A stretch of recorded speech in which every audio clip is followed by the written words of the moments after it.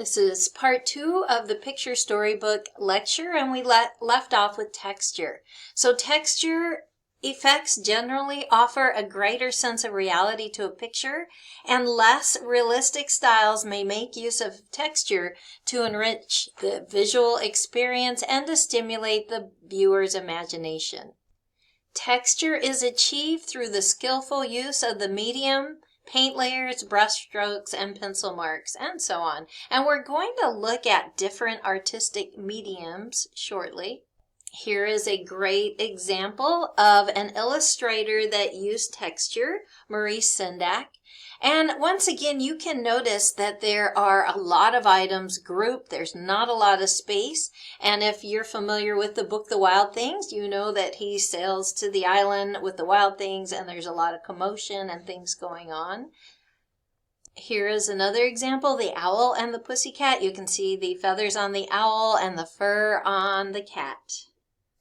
Another artistic element is the element of composition. The composition of an illustration refers to the arrangement of the visual elements in the picture. It can include the amount of space, the amount of objects grouped together, and so on. The composition is important to the narrative quality of the picture as well as its emotional impact. A very important concern of composition is the organization of shapes. Grouping many large shapes together may suggest stability, enclosure, or confinement, or perhaps awkwardness. On the other hand, lighter, delicate shapes more loosely grouped may suggest movement, grace, and freedom. So once again, the composition in No David has a lot of objects grouped together, sensing motion, activity, a little bit of chaos. And here you can see there is a little more space, even though it has the vibrant colors. And David is in the corner. He's in trouble for breaking the vase. And so that suggests sadness, loneliness. And he has his hands up and Mom is ready to forgive him. So you have the lighter blue color. David is most important, so he's front and center in this picture. Another artistic element is perspective. The perspective refers to the vantage point from which we see the object on the page. That is from the angle the picture is to be viewed. Are we looking directly at the picture? Are we looking at the picture from above, or are we looking at the picture looking up? This is a huge part of filmmaking. You can notice where the camera zooms in on the character. Are they looking straight at him? Are you involved in the conversation? It highlights important things in the story that they want to get across. The closer we appear to the action, the more engaged we are likely to be, and the farther away we seem to be, the more detached we are. The artists make us see and think about things in specific ways by illustrating events from a worm's eye view, a small child's perspective, a bird's eye view, or an unreal angle. So when you have to evaluate the perspective in a picture, we're not talking about whose perspective is it, what are they thinking, we're talking about the vantage point from what we see the picture. So you would say most of the pictures in the story, we are our camera view, we are up front, we are close to the action, and that makes us more engaged in the story. So think about perspective from the vantage point from which we see the object on the page. Most picture books give us the middle shot. We see a few close-ups and a few panoramic views. And here you can see the vantage point. We are up looking down at the bear on the bed. And it's kind of the middle view, but a little bit from the above. Here, the perspective is definitely looking down from above.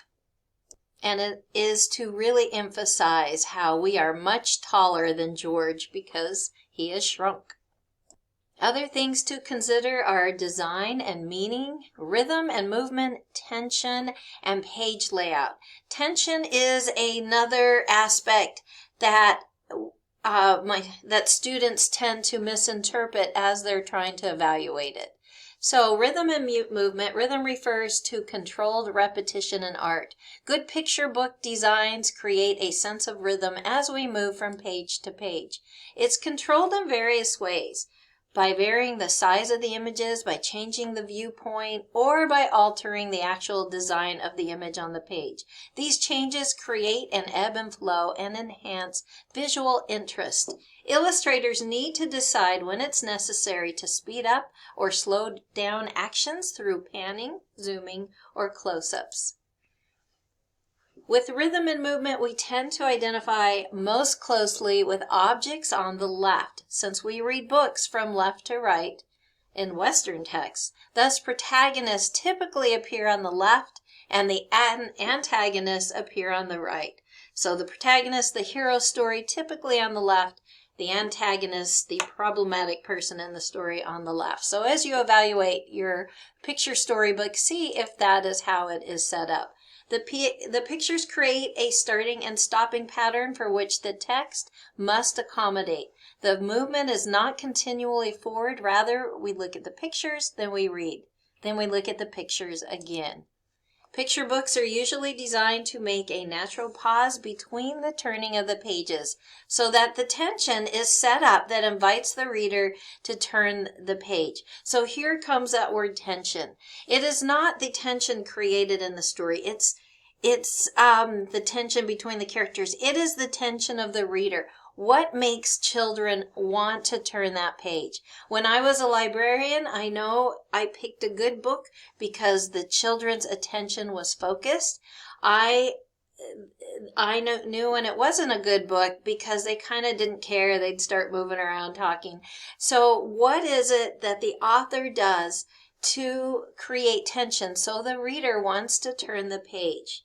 And you can see here, they are moving towards the right side of the page. Where are they going? The reader wants, and it's titled, We're Going on a Bear Hunt, and the reader wants to find more. So that is one example of creating tension. And later on in the book, they're creeping through the page, and here comes the bear. You can see the protagonists are on the right side, the bear's on the left side, and he's continuing to follow them. And they do see the bear, and all of a sudden they start running. The bear is getting closer, and the tension is created because the reader wants to know, does the bear hurt the family? So once again, good picture books create a tension between what the words say and what the illustrations depict, resulting in our heightened interest and excitement. Words and pictures work together in picture storybooks. Without words, the pictures would make little sense. Without pictures, the meaning of the text would not be clear. The narrative nature of picture books often prevents the individual pictures from functioning as artistically complete units in themselves, similar to that of cartoon strips. The next thing to consider is page layout. It refers to the placement of the pictures and the text on the page. Most picture books are wider than they are high, which makes them especially suited to narrative illustration, because this design gives the artist ample space to depict the setting around the characters, expanding the narrative quality. Therefore, books that are wider tend to emphasize the setting, whereas books that are taller tend to emphasize the character. Medium-sized books are frequently more complex, whereas small books, easy to handle, and large books, eye-catching, are designed for very young readers.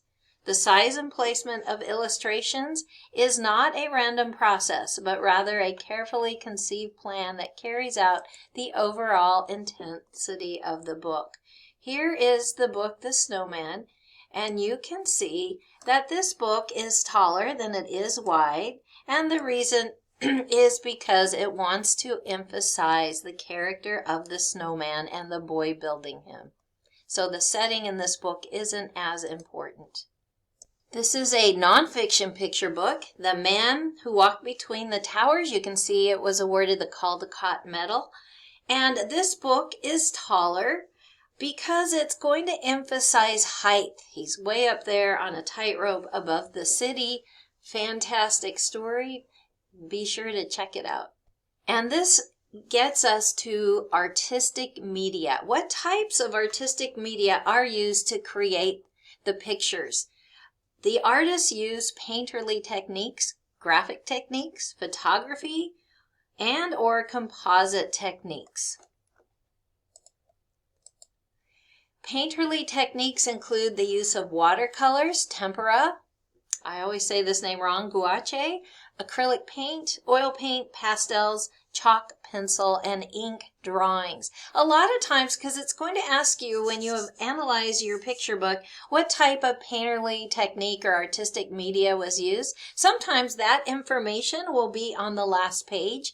Sometimes if you're not 100% sure, you can Google the picture book and put artistic media used and it will tell you. So you can use those to help you figure that out. Graphic techniques are print-based media. They can use wood blocks or wood cuts, linocuts, stone lithography, or screen printing. If you are an art student, you'll know what a lot of those terms are. The art of photography is the art of composition. The result is intellectually stimulating. Photographs are principally used for realistic stories, and photographs can also be effective in informational books. I know when I was librarian, the children loved the insect section, the snake section, and they would use photographs up close of these horrible looking spiders, insects, and the kids loved them, but it would also provide information about them.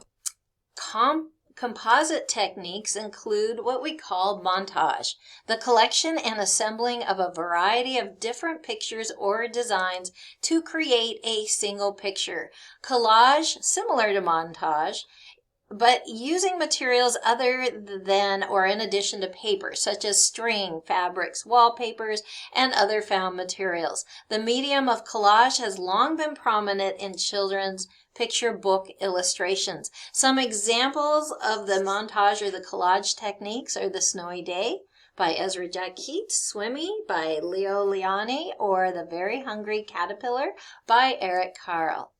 And here you see the snowy day, and his pajamas are a collage of fabric, and then you have the background, different other fabric techniques, very effective. And of course, we all love The Very Hungry Caterpillar by Eric Carle.